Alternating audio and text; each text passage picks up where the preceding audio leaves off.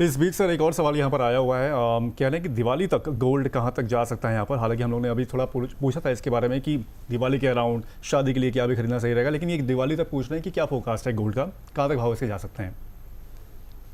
नहीं अभिषेक जी, देखिए यहाँ से ना 3 भागों में बांट लीजिए, ज़्यादा बेटर है। एक 44 में एक लॉट उठाइए, 139 पे एक लॉट उठाइए, 134 पे एक लॉट उठाइए, तो इवेंचुअली आपकी कॉस्ट 139,000 की हो जाएगी एवरेज कॉस्ट। दिवाली तक मुझे ऐसा नहीं लगता कि प्रोबेबली, अभी तक तो यही विचार है, 151 के ऊपर ट्रेड नहीं कराएगा ये, मोटा माटी 134 और 151 के बीच में टहल सकता है ये। चलिए ठीक है Amit sir, thank you so much. आज के शो में आप जुड़े और आपने पहले ही एक वो लगा दी थी पाबंदी के इतनी ही देर का समय जो है मैं दे पाऊंगा। बहुत बहुत शुक्रिया सर जुड़ने के लिए, और उम्मीद है बहुत जल्दी आपसे दोबारा बातचीत करने का मौका मिलेगा। जाने से पहले सर आपका डिस्क्लेमर। मेरी पर्सनल पोजीशन अभी तक तो नहीं है, लेकिन अगर मैं लूंगा तो जरूर बताऊंगा। बाकी जो भी राय हम लोगों ने, जो भी हमने यहाँ पर डिस्कशन किया, हो सकता है हमने अपने क्लाइंटों को भी डिस्कस किया हो। आप जो भी पोजीशन बनाते हैं, मेक श्योर कि आप अपने फाइनेंशियल एडवाइजर से संपर्क करने के बाद निष्कर्ष पाते हैं। पास्ट परफॉर्मेंस फ्यूचर परफॉर्मेंस की गारंटी ना कभी दी है ना कभी देगी। चलिए ठीक है, thank you so much Amit sir.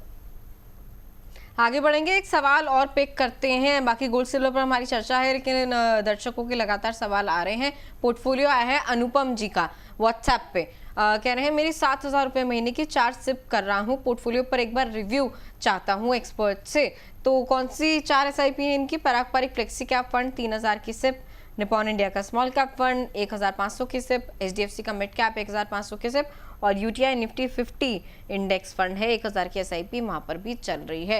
एक फ्लेक्सी कैप, एक स्मॉल कैप, एक मिड कैप और एक इंडेक्स फंड। जितेंद्र सर, कैसा लग रहा है पोर्टफोलियो आपको? 7,000 रुपए की टोटल SIP अनुपम जी की चल रही है। देखिए, कोई भी पोर्टफोलियो हो जो ब्रॉड मार्केट को कैप्चर करता हो, मेरी नज़र में वो एक एफिशिएंट पोर्टफोलियो बन जाता है। और जब आप डिफरेंट कैटेगरीज को इन्वॉल्व करते हैं जिसके अंदर दूसरी कैटेगरीज के साथ ओवरलैपिंग कम होती है, तो आप जो है काफ़ी हद तक एक डाइवर्सिफाइड पोर्टफोलियो बना पाते हैं। और large cap, mid cap, small cap का जो एक्सपोजर है वो आपके रिस्क एपेटाइट को अगर मैच करता हो, मसलन। अब लेकिन हाँ, सिर्फ ये देखने की ज़रूरत है कि जब आप फ्लेक्सी कैप जैसी कैटेगरी रखते हैं तो उसमें भी आपको एक्सपोजर, डिफरेंट एक्सपोजर मिलता है, जो कि लार्ज कैप में भी हो सकता है, मिड कैप में भी हो सकता है, थोड़ा बहुत स्मॉल कैप भी हो सकता है। तो डिफरेंट एक्सपोजर मिलता है। ओवरऑल जो आपका पोर्टफोलियो बनता है उसमें आपका क्या एक्सपोजर है और कौन सी तरफ आपका जो है टिल्ट होता है एक्सपोजर, वो आपके रिस्क एपेटाइट के साथ मैच करना चाहिए। बाकी ये कि अगर ओवरऑल एसेट एलोकेशन की बात करें तो इक्विटी, डेट, गोल्ड का एलोकेशन होना चाहिए। तो किसी भी पोर्टफोलियो में मुझे लगता है कि अगर नहीं है, डिस्क्लोज नहीं किया वो अलग बात है, लेकिन अगर नहीं है तो उसमें गोल्ड का भी एलोकेशन हो सकता है। ठीक है, तो सर अगर गोल्ड ऐड करना चाहेंगे तो कैसे करें? मतलब प्योरली गोल्ड फंड या गोल्ड ETF के थ्रू, या फिर मल्टी एसेट वाली जो एक कैटेगरी है मल्टी एसेट एलोकेशन फंड, उसके थ्रू जाएं? नहीं, मुझे लगता है मल्टी एसेट कैटेगरी में आपको ये जरूर देखना चाहिए कि उसमें एक्सपोजर हो, दूसरी में भी है, इक्विटीज के अंदर भी एक्सपोजर हो रहा है। तो मल्टी एसेट फंड्स उस पर्पज से अच्छे हैं कि जहाँ पे आपको एसेट एलोकेशन डिफाइन करना थोड़ा मुश्किल हो रहा है, तो वहाँ पे वो कैटेगरी ऐड की जा सकती है। अदरवाइज जो है, क्योंकि ऑलरेडी एक एफिशिएंट पोर्टफोलियो अगर बना के चल रहे हैं, आपको सिर्फ एक एसेट क्लास ऐड करनी है, तो 10% के रेशो में वो एसेट क्लास ऐड हो सकती है। तो मुझे लगता है ऑप्शन तो दोनों ही है कि मैं गोल्ड भी अलग से, गोल्ड फंड में भी ऐड हो सकता है, और मल्टी एसेट फंड है वो भी ऐड हो सकता है। सिर्फ आपको ये देखना होगा कि मल्टी एसेट फंड जब आप ऐड करते हैं तो आपके एलोकेशन में क्या चेंज आता है। ठीक है सर, वैसे ये जो एक UTI निफ्टी 50 इंडेक्स फंड है इनके पोर्टफोलियो में, क्या सर मतलब जब बात आती है लार्ज कैप कंपनियों की, लार्ज कैप स्टॉक्स की, लार्ज कैप सेगमेंट में एक्सपोजर लेने की, तो एक्टिवली मैनेज फंड की बजाय पैसिव फंड में जाना भी ठीक एक अप्रोच हो सकती है एज एन निवेशक, एज एन इन्वेस्टर? देखिए, पैसिव फंड्स का एक फैक्टर है जो इन्वेस्टर्स को ध्यान में रखना पड़ता है। अब कोई निफ्टी 50 इंडेक्स फंड है तो लार्ज कैप है, टॉप के 50 स्टॉक्स को वो फॉलो करता है, लेकिन उसका जो कॉन्स्टिट्यूएंट है वो कॉन्स्टिट्यूएंट जो निफ्टी 50 इंडेक्स का जो कॉन्स्टिट्यूएंट है उसके अकॉर्डिंग ही होगा।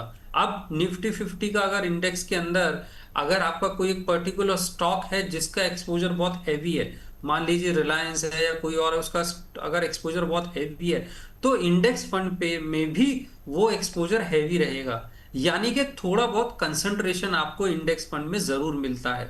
अब वो कंसंट्रेशन आपके पोर्टफोलियो को या तो एग्रेसिव बना सकता है, या उसका जो उतार चढ़ाव होगा वो उस कंसंट्रेशन पे बहुत कुछ निर्भर करेगा। तो जब भी आप पैसिव फंड पोर्टफोलियो में ऐड करते हैं तो एक बात जरूर इन्वेस्टर्स को ध्यान रखनी होती है कि उस इंडेक्स का जो भी कॉन्स्टिट्यूएंट है स्टॉक्स का, वो आपके उस फंड के रिटर्न को डिफाइन करेगा। कंपैरिजन एक एक्टिव फंड के अंदर फंड मैनेजर जो है वो कॉन्स्टिट्यूएंट को अपने व्यू के अकॉर्डिंग और may be number of stocks को ज्यादा रख के डाइवर्सिफाई रख सकता है।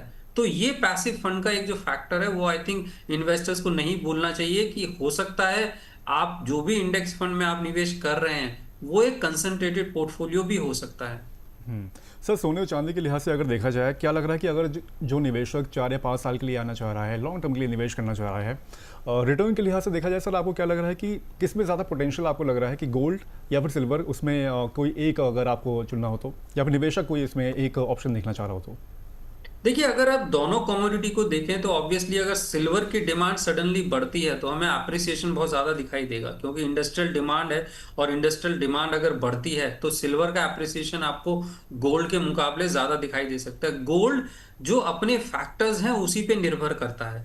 गोल्ड का ऐसा नहीं है कि स्पेसिफिक डिमांड सडनली बढ़ने वाली है या उसका कहीं यूसेज कहीं और होने वाला है। और सिल्वर, जैसे मैंने कहा कि सिल्वर इंडस्ट्रियल डिमांड पे बहुत कुछ निर्भर है। अब इंडस्ट्रियल डिमांड अगर सडनली बढ़ जाती है और सप्लाई कम है तो सिल्वर का एप्रिसिएशन आपको ज्यादा देखने को मिल सकता है। तो दोनों के एसेट क्लास में, दोनों के जो कमोडिटीज हैं ये, इनमें सिर्फ एक जो डिफरेंस है वो यही है कि डिमांड और सप्लाई का जो गेम है वो सिल्वर में ज्यादा है। तो एप्रिसिएशन शायद सिल्वर के अंदर आपको ज्यादा देखने को मिलेगा, या हम दूसरी तरफ कहें तो इसमें वॉलेटिलिटी आपको इसलिए सिल्वर में ज्यादा मिलती है कंपैरिजन टू गोल्ड। ठीक है, चलिए जो ग्राफिक्स चल रहे हैं स्क्रीन पर एक बार इनको फुल स्क्रीन लेकर आते हैं। जून में ईटीएफ्स की गोल्ड खरीद कैसी रही है? अलग अलग ईटीएफ्स की। निपॉन गोल्ड ईटीएफ की अगर हम बात करें, 1 टन सोना जो है, गोल्ड जो है इसने खरीदा है, और सबसे ज्यादा होल्डिंग के मामले में आंकड़ा भी इसी का है। 36.9 टन गोल्ड जो है ये होल्ड करके चलता है। उसके बाद एसबीआई गोल्ड है, टाटा गोल्ड है, ऐसे प्रूडेंशियल गोल्ड है, एचडीएफसी गोल्ड, कोटक गोल्ड,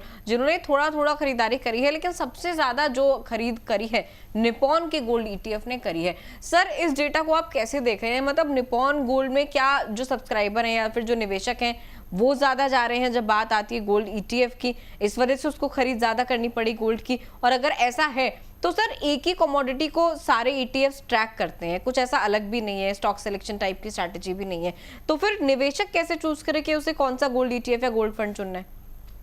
देखिए, जब भी ईटीएफ आपको सिलेक्ट करना होता है तो एक बड़ा फैक्टर होता है ट्रैकिंग एरर, यानी कि उस ईटीएफ का पर्टिकुलर इंडेक्स से जिसको भी वो फॉलो करता है, जिस भी कमोडिटी को, उससे अकॉर्डिंग उसका रिटर्न जो है कितना वेरी करता है।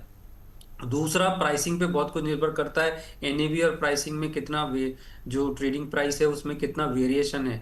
अब एक पर्टिकुलर ईटीएफ पॉपुलर हो जाता है रिटर्न के लिहाज से, अब रिटर्न में बहुत ज़्यादा डिफरेंस आपको नहीं मिलता है, मे बी शायद पॉइंट परसेंटेज में आपको देखने को मिले, लेकिन अगर कहीं पे ट्रैकिंग एरर की वजह से आपको रिटर्न थोड़ा ज़्यादा देखने को मिलता है। तो मुझे नहीं लगता कोई स्पेसिफिक ऐसा फैक्टर होता है। इन्वेस्टर्स जो है, इन्वेस्टर का अट्रैक्शन जाता है कहाँ वॉल्यूम ज़्यादा हो रहा है, और जैसे मैंने कहा कि जब वो सिलेक्ट करते हैं तो शायद जो एक पर्टिकुलर ईटीएफ आपको अच्छा निकल के आता है दोनों पैरामीटर्स पे, तो आई थिंक कोई ऐसा स्पेसिफिक रीजन नहीं होता कि यही ईटीएफ क्यों पॉपुलर है, बाकी क्यों पॉपुलर नहीं है। बहुत सारे फैक्टर्स होते हैं, और एक बार जब वॉल्यूम बढ़ने लगता है तो इन्वेस्टर्स भी, खासकर ईटीएफ जैसी निवेश है उसमें वॉल्यूम्स को देख के बहुत इन्वेस्टर्स भी अट्रैक्ट होते हैं, क्योंकि जहां वॉल्यूम मिलेगा वहां आपको जो है सेलिंग अपॉर्चुनिटी आपको अच्छी मिल जाती है। सर, ये बात सही की। और जून ईटीएफ की जैसे गोल्ड खरीद हम लोग देख रहे हैं, यहाँ पर निपॉन गोल्ड नंबर 1 पे है। वहीं अगर गोल्ड ईटीएफ के 1 साल के रिटर्न को भी एक बार लेके आए तो उसको भी देख लेते हैं। यूटीआई गोल्ड ईटीएफ यहाँ पर नंबर 1 पर है 45.93% के लिहाज से। ICICI प्रूडेंशियल का अगर रिटर्न देखें वो भी 45.82% के लिहाज से है। और क्वांटम गोल्ड ईटीएफ, ऑलमोस्ट जितने भी टॉप 5 यहाँ पर हमारे फंड्स हैं गोल्ड ईटीएफ के, उसमें 45% के यहाँ पर रिटर्न्स देखने को मिल रहे हैं। लेकिन सर, एक चीज़ ये मैं समझना चाह रहा हूँ, क्योंकि होल्डिंग के लिहाज से अगर हम लोग देखें तो यहाँ पर निपॉन, एसबीआई, टाटा का यहाँ पर वर्चस्व है। 36.9 गोल्ड, 16.9 गोल्ड, इनमें से कोई भी एक नाम यहाँ पर गोल्ड ईटीएफ के टॉप परफॉर्मेंस भी यहाँ पर नहीं दिख रहा है, सिवाय ICICI प्रूडेंशियल के, जो कि होल्डिंग्स के मामले में यहाँ पर ठीक ठाक है, 17.6% की होल्डिंग है। सर ये डिफरेंस क्यों है, ऐसा क्यों है? मतलब कि AUM उनका काफ़ी अच्छा है, ETF होल्डिंग काफ़ी अच्छी है, गोल्ड की होल्डिंग काफ़ी अच्छी है, लेकिन रिटर्न्स के मामले में वो थोड़े से नीचे है। देखिए, जैसे मैंने कहा, बहुत कुछ निर्भर करता है, एक्सपेंस रेशियो, ट्रैकिंग एरर पे बहुत कुछ निर्भर करता है, वही रिटर्न में डिफरेंस को लेके आता है। और देखिए, गोल्ड के अगर आप, क्योंकि एसेट क्लास तो एक ही है, तो एसेट क्लास एक ही है, तो आइडियली रिटर्न में कोई वेरिएशन नहीं होना चाहिए। लेकिन जो रिटर्न में वेरिएशन आता है वो एक्सपेंसेस की वजह से आता है। किसी फंड में थोड़े ज्यादा हो सकते हैं, किसी फंड में कम हो सकते हैं, तो वहीं पे आपका ट्रैकिंग एरर वेरी कर जाता है। ट्रैकिंग एरर की वजह से किसी फंड में आपको थोड़े ज्यादा रिटर्न मिलेंगे, और ये 1-2% का रिटर्न डिफरेंस आपको बहुत कम देखने को मिलता है। माइन्यूटली डिफरेंस आपको मिलेगा रिटर्न का, जब जहां पे एक एसेट क्लास एक ही होता है। तो आई थिंक उसकी वजह से जो है ये आपको रिटर्न डिफरेंस देखने को मिलता है। ठीक है सर, चलिए इसी बीच हमारे साथ एक दर्शक जुड़ गए हैं फोन लाइन पे, रमेश यादव जी।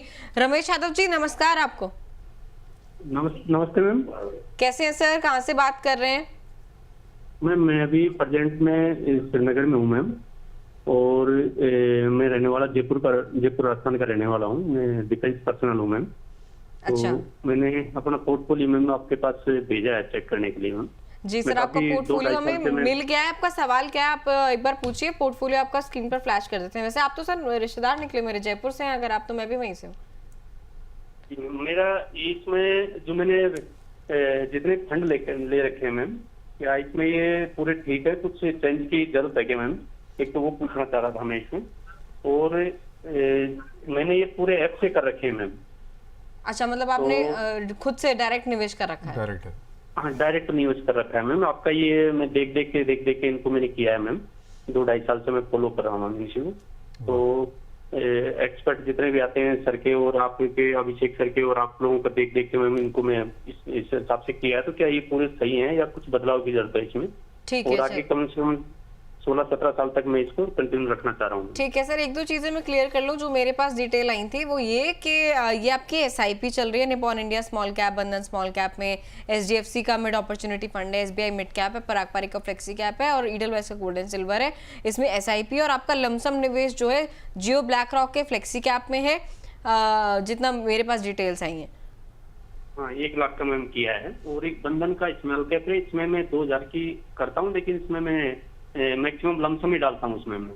अच्छा, मतलब डिप आने पे लमसम भी डालते हैं। चलिए ठीक है। और सर किस लिहाज से, रिटायरमेंट के लिहाज से निवेश कर रहे हैं आप इस पोर्टफोलियो के साथ? जी मैम, रिटायरमेंट का प्लान है और बच्चों का एजुकेशन को लेके है मैम। ठीक है, बच्चों की एजुकेशन और रिटायरमेंट का प्लान है।